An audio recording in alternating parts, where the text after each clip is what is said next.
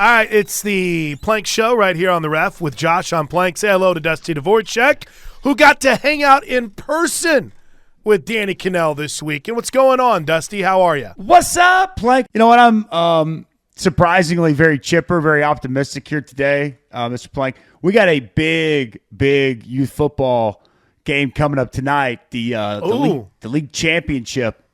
Both teams undefeated, squaring off tonight. It's going to be a big one, so we're pretty fired up in the Dvoracek household. You know, I keep tabs on the youth football because my daughter cheers. So out in Washington, we got a big first-round matchup coming up on Saturday. Okay. But we have to go to Rock Creek for some reason. Rock Creek? Yeah, and I think what is Rock Creek? Like either in there or Norman? Bethany. No. It's like I think I'm messing up the city. It's like an hour drive away. Oh, wow. These long trips for youth football, Dusty, just make zero sense to me, man. What are we even doing? Oh, don't get me started on that path. I'm here for optimism. That's about some of the travel and youth sports. Now, you're right, though. Best of luck in Washington. That's right. I'm sure they got a pretty good squad as far as the cheerleaders go. You got some good good cheers going? We got good cheers going. I wear my Cheer Dad shirt. Attaboy. And then I watch my guy Matt just go out and run over everybody. So it's good. All right, so I brought this up off the top of the show yesterday. What's up? There's a split in the nation. Okay. Part of Sooner Nation, optimistic, happy with the way things looked in the first half. Unfortunate, another really bad quarter imploded things for Oklahoma. The other half, we're Oklahoma. We don't do moral victories. This is unacceptable. I find myself kind of a little in the middle of that right now. Where do you stand? I'm not going to tell anyone how to be. Exactly. I think Oklahoma performed better than most people expected on Saturday at Ole Miss. I can tell you where I'm at. I just think that there's an accepting and understanding that this year this team is going to have its struggles. So I'm choosing at this point, and again, I'm not telling anyone else to be wrong. I understand, Oklahoma fans, they give a lot of their time, money, energy, and if they expect a winner, I get it. It's what makes them so amazing. That's why we love them. So if they want to be very upset and mad about what transpired on Saturday, I'm not going to tell them not to be. But I'm going to look at this, and I'm going to try to find positives where I can. And I thought, for me, the first half offensively was probably as good as I've seen the Oklahoma offense look all year. And I mean that. And I thought it was not all perfect, but I thought the offensive line came off the ball. I thought just the run game in general, there was a lot in this run game. I give Joe John a lot of credit, man. I mean, they mixed it up and did a lot. There was more counter scheme stuff than I'd seen probably all year. I like to see it. They ran a variety of different zone looks. I thought that, Bauer Sharp, he had a couple of costly drops, but I thought he was playing physical. I thought the offensive line was getting off the football, getting some movement. I know that there's 15 tackles for loss. I know that in the end, the stat sheet said 10 sacks. I recognize all that. But, I mean, initially, I thought Javonte Barnes ran well. I thought that Jackson Arnold was smart, and some of his, times he was keeping it, and he was getting outside the pocket and making some things happen with his legs. I like both the touchdown passes. I mean, I don't want to – I'm grading on I'm comparing it to what I've seen this year, not to all-time historic offenses. And I just thought that on the road when no one expected anything whatsoever from this offense, I thought we saw some different looks. I think most importantly, I saw an offense that had not given up. I saw players that, were getting better up front. We're doing, giving maximum effort, playing with physicality and intensity, and I appreciated seeing that. That might be way too glass half full, but I didn't know exactly what to expect. And at halftime, when they're sitting there up 14-10, they get that touchdown right before half as we continue to see Jacob Jordan making plays. I thought, man, that was a good first half of football, and I thought it was a credit to Joe John Finley, those players, that offensive staff, for really maximizing on that week and putting together a good plan and doing their best to go out and execute. What do you see from Jackson Arnold now that it's more extended of a look of him coming back in as the starting quarterback? Well, I mean, he made some plays with his legs. He's got to – I wish he'd see it quicker, and I think we've been saying that for a while now. I don't know if that's I don't know what to attribute that to. Is that receivers? Is there a lack of trust? Is it he just holds on to the ball too long, right? I mean, things need to happen in rhythm. And you've got to anticipate throws. You can't just wait till guys are open. I think there's a combination of things not happening in rhythm and not anticipating throws. So I would like to see that improved. I didn't see a great deal of that at times in this ball game, but I thought when there was quick game, he's getting the ball. I thought he got the ball to Javonte Barnes in the backfield, some checkdowns, which was good to see. Sometimes it's okay just to check it down and let your guys, which I did think Javonte Barnes was, I would say it's the best we've seen him at Oklahoma, actually making guys miss and showing some speed. So I thought those were all good. But I mean, Jackson took care of the football. I'll give him credit in that regard. Not turn the ball over outside of the fumble.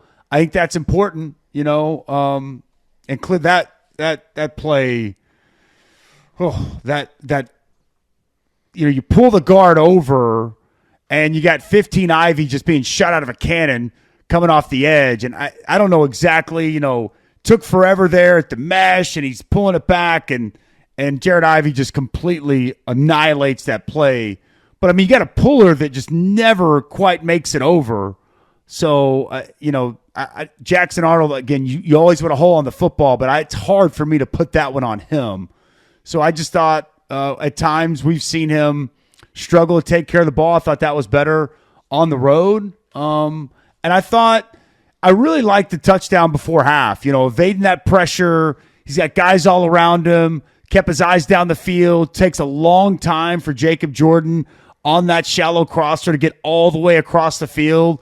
I thought to hit him in that spot, I thought that was a really good throw. And I thought that from a confidence, I thought going into half, I thought, man, that's got to ignite some confidence. Unfortunately, third downs were very costly and a killer in the second half. But I don't attribute all that to Jackson Arnold. He's got to get help from his tight ends, his wide receivers, guys getting open, catching the football. So, I thought Jackson, he wasn't great. He wasn't bad. I thought he was okay. I thought he was okay in this football game. The biggest thing for him, though, and I'm sure it's being worked on, is just being able to process everything faster.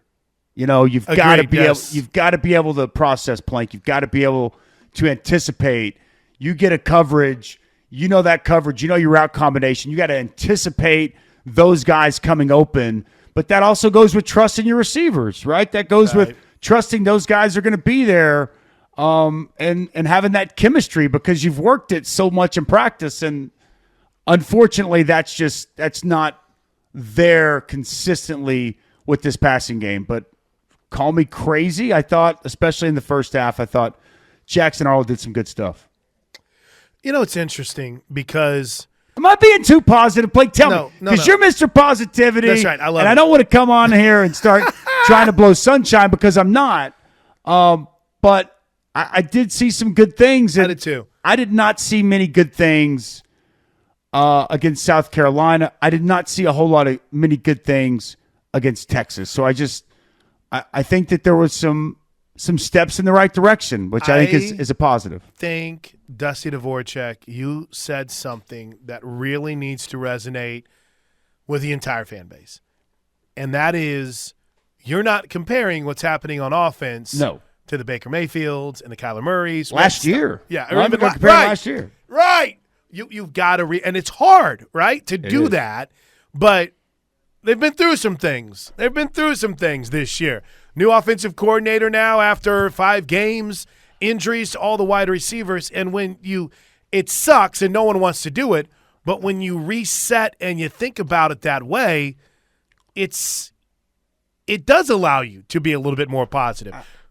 I thought Joe John did some good things, man. And he's my friend, he's my former teammate, and maybe I'm biased. I thought that team responded. I saw I saw offensively, I saw some better things. I liked some of the motions he had. I liked some of the eye candy. I didn't love every play call, right? I like going for it on fourth down, 4th and 1 from the 2 in that opening possession. I thought with Ole Miss going down scoring, it just kind of felt like, we're going to have to score points. And they had such a good drive going. I thought it was the right call to go for it. I didn't love the call.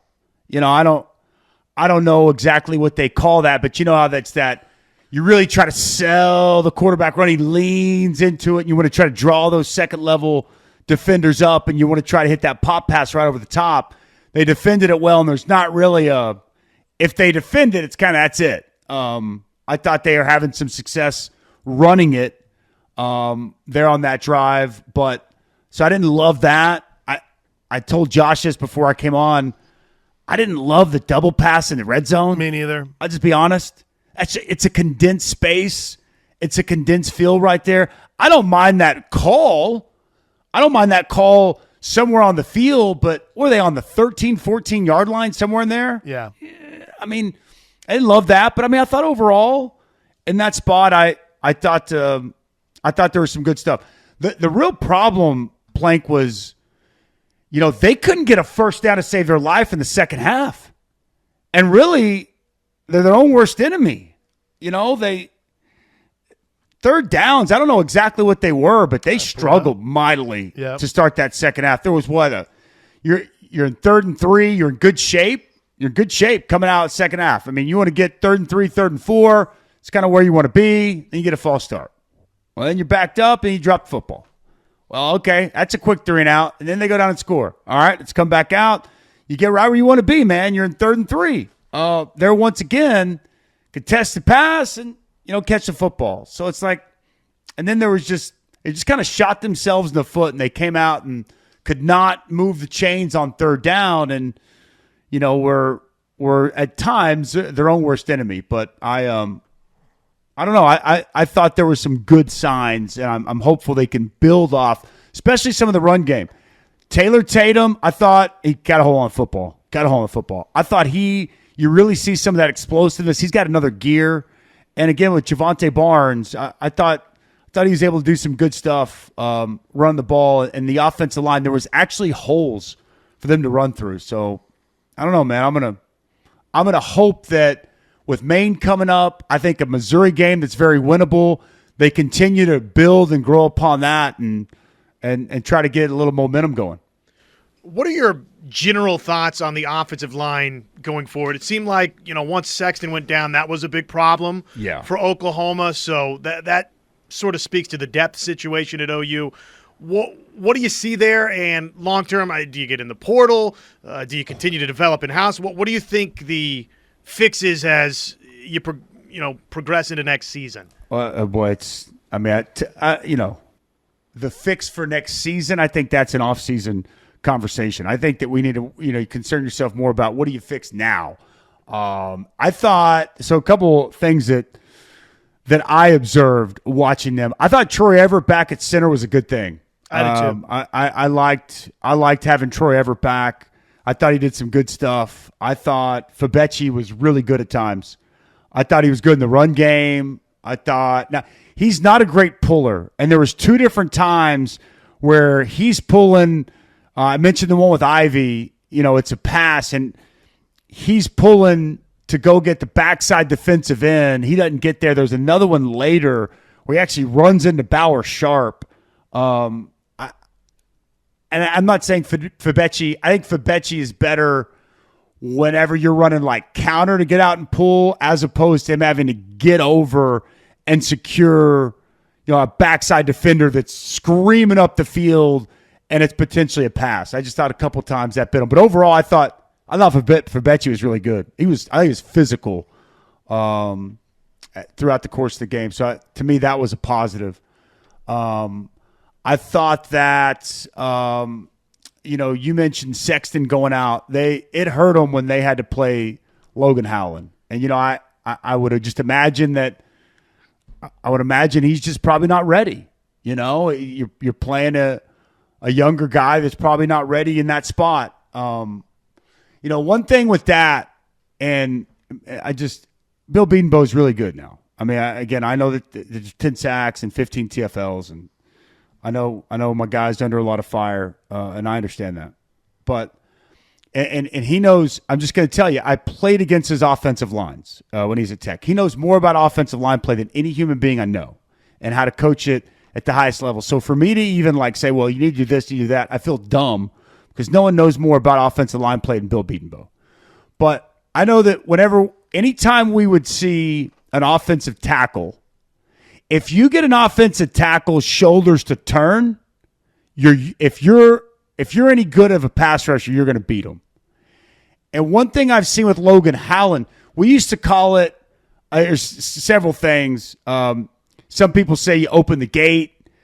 We would always say when I was in Chicago, they had on I-94 you get an eye pass, and you get an eye pass, and it's because you just it's just like anything on a what do we call them here? A toll tag, whatever it is. You can call it a toll tag. We call it an eye pass.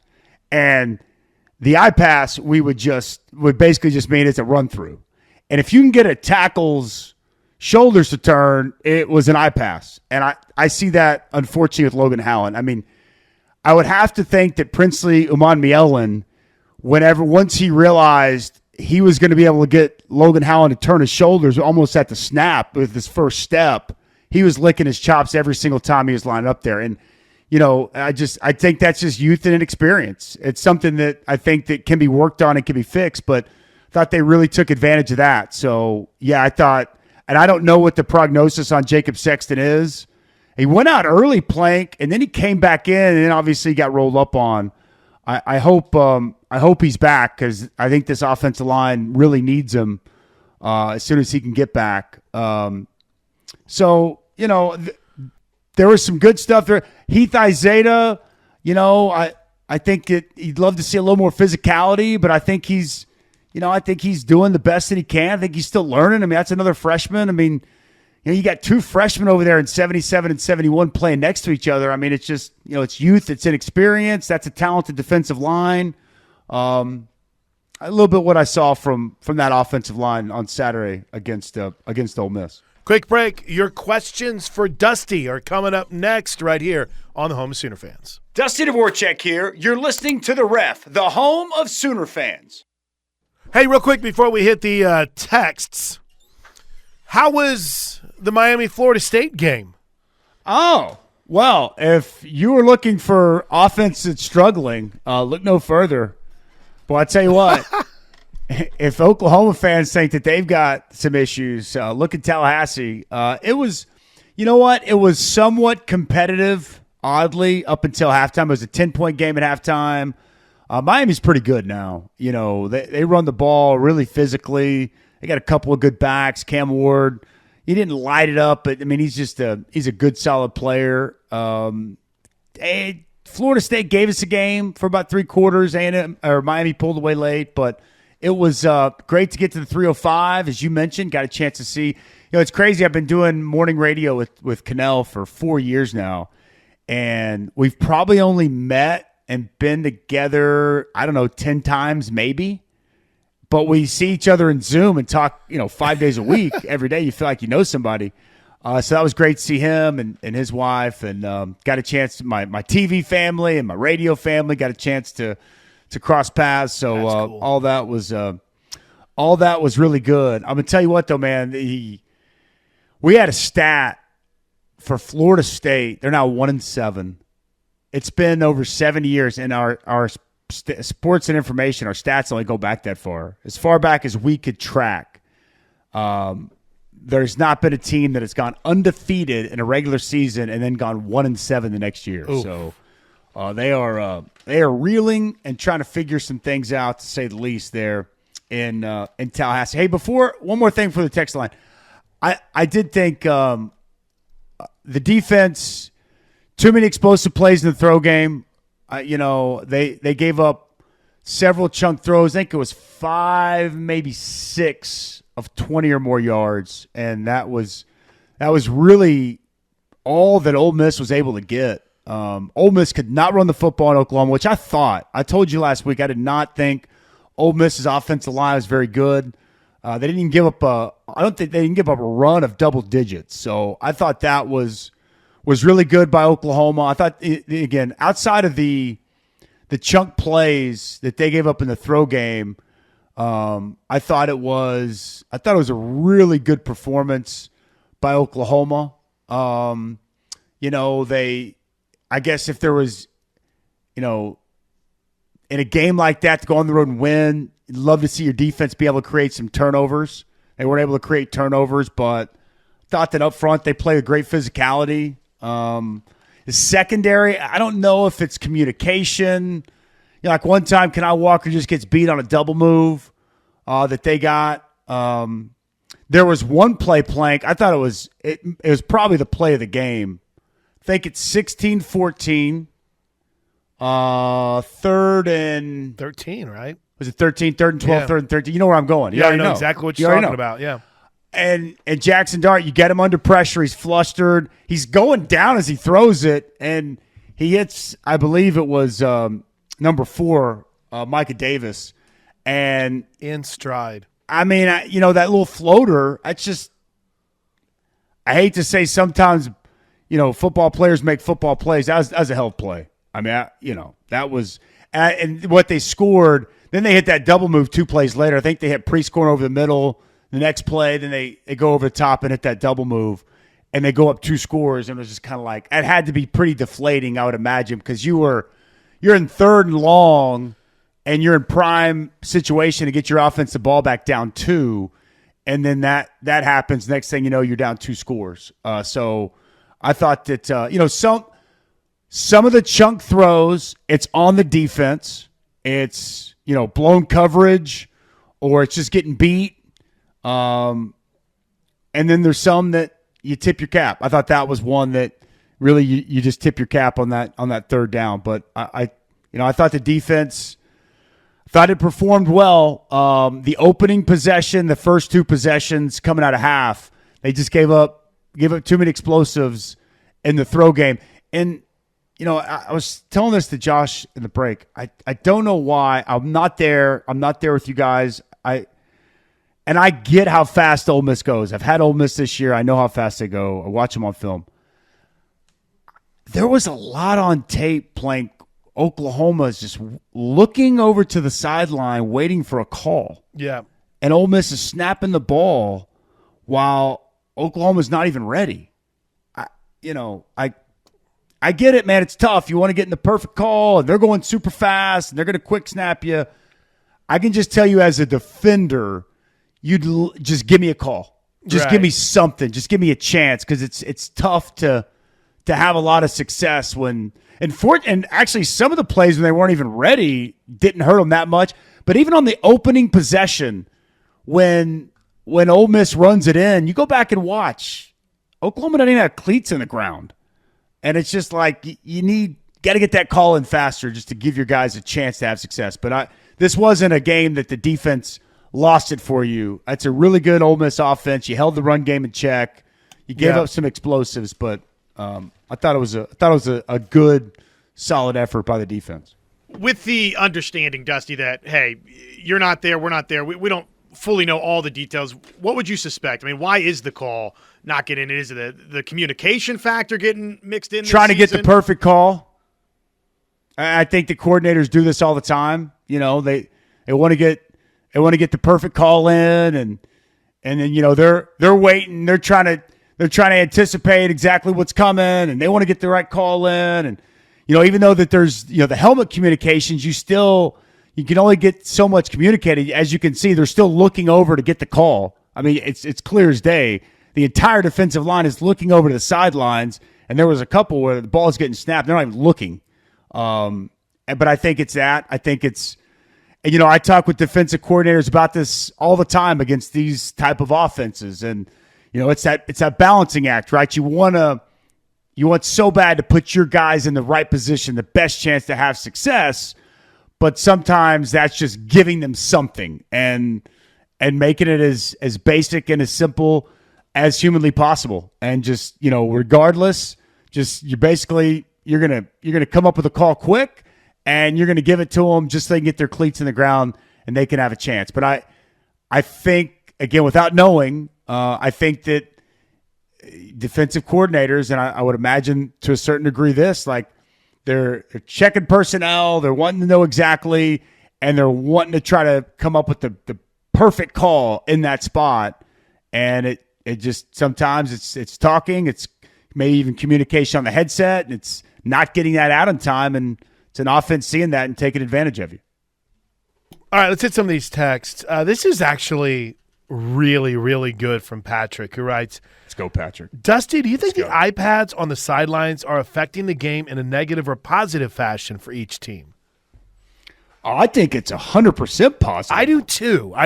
I mean, it's 100% positive, and I say because of this, because forever, I mean, you got eyes up in the booth, right? And so those eyes can tell you what's going on. But as a player, you don't always know exactly what just happened. Things happen fast, and you may think, or in your mind, you may have thought it was this block, or they gave you this look, and we used to just have pictures. And it's hard to go back and look at pictures. Now with the iPads, there's no guesswork. Like you don't even have to, I'm sure coaches still do, but I know at least for us, especially in Oklahoma, I mean, so much and what we would try to adjust on the sidelines was based off of what we saw as players and what we felt we were getting. Well, now it's right there.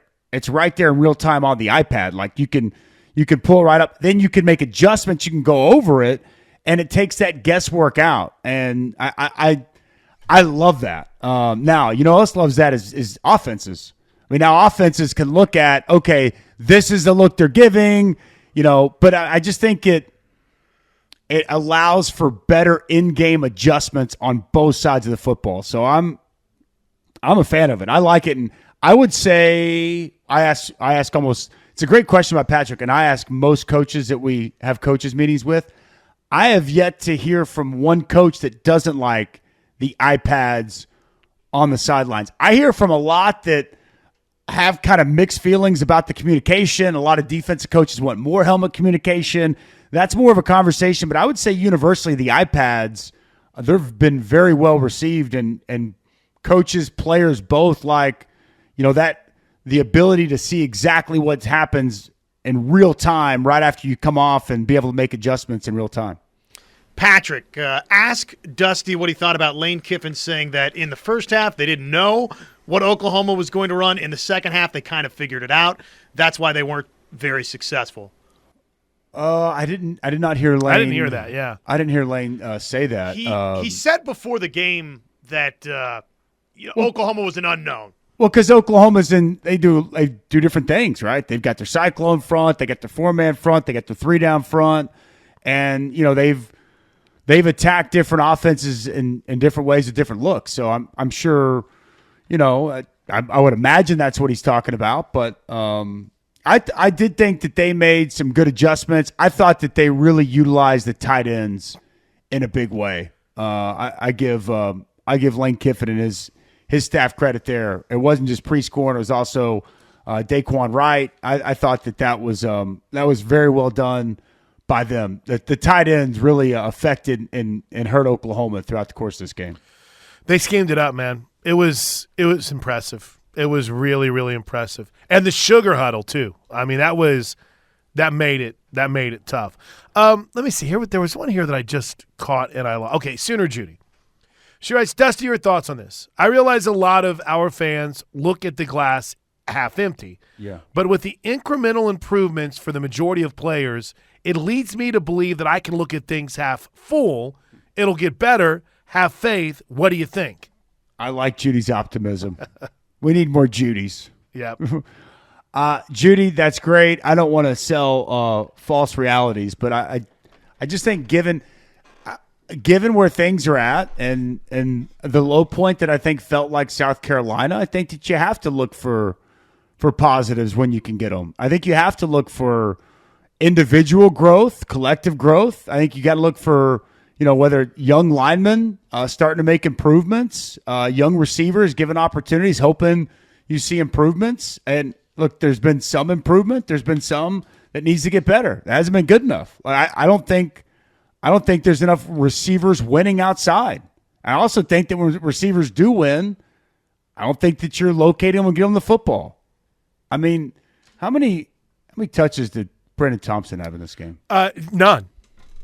He didn't have one catch. That's a problem. 3 targets, right? Is that what we saw yesterday, Josh? Yeah, 3. Hester and Thompson combined 5 targets between those two. Yeah, they've got to get 15 the ball. He's I'm not saying he's open all the time, but he was open at times in that game, and ball's got to be able to find him.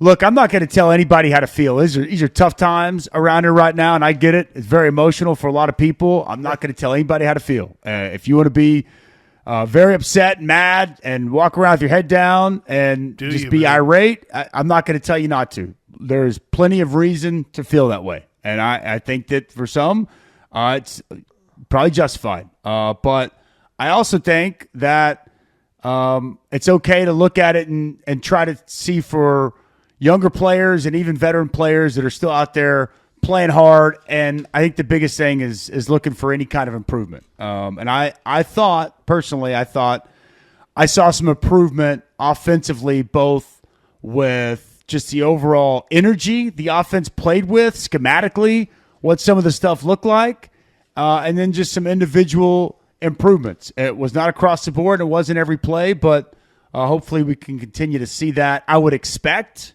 we see that this week against Maine, but I don't know, Plank. I've been, the last couple of weeks have been really frustrating. And look, I mean, everybody wants to see Oklahoma win. And who really wants to see Oklahoma win? Those guys out there playing. Yeah. So I can assure you there's plenty of frustration going on in that building right now. And I get the frustration from the fan base. So it's tough for me to tell anybody how they should feel, but I'm gonna try to be as optimistic in a time of pessimism as I possibly can. And there were some, I thought there were some signs of optimism. I really hope they can grow and continue to improve some of what we saw in that running game. I thought there was some good stuff in that run game from both Barnes and Tatum, and even some of the quarterback run game stuff I thought was pretty good. One more. You got time for one more quick one, or you got to get? Man, okay. I got whatever you need. I love this from Joe in Tulsa. I love these questions that dig into your football mind. He writes, philosophically, Dusty, I like the coordinator on the sideline with an assistant in the booth. Venables was on the sideline. Lincoln, Kingsbury, many other successful coordinators were on the sideline. You also get that face-to-face with a player coming off the field. If you were a coach, would you be on the sideline or in the booth as a coordinator? 1,000,000% me, my personality, I'm on the sideline. But I want to be able to look a guy in his face. I want to be able to talk to him. Right. I want to be able to have that. And for some coordinators, they want to be up top and they want to see it.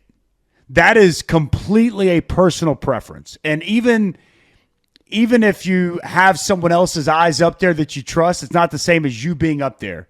Some coordinators really want to be up there and be able to see everything as it unfolds. And I think even especially now with the helmet comms, like an offensive coordinator, now when they're up there and they can see what that defense is in, and then they can, talk into that headset and make an adjustment up until the 15 when it goes off. I think that a lot of offensive coordinators want to be up there. Me being a defensive guy, I would prefer to be on the field and be able to have that at eye contact, have that that communication directly with my guys. But I think that is all totally personal preference. But I feel like more offensive coordinators, and especially with the helmet comms, we see them up top. I think it's probably 50-50 on defensive guys. I see it both ways. But for me, baby, I want the action play. Yes. I want the fight. Down in it. I want the fire. Put me down on the field. See you tomorrow, buddy. Have a great Tuesday. All right, sounds good, bro. This is your home for Sooner fans. The Ref Sports Radio Network.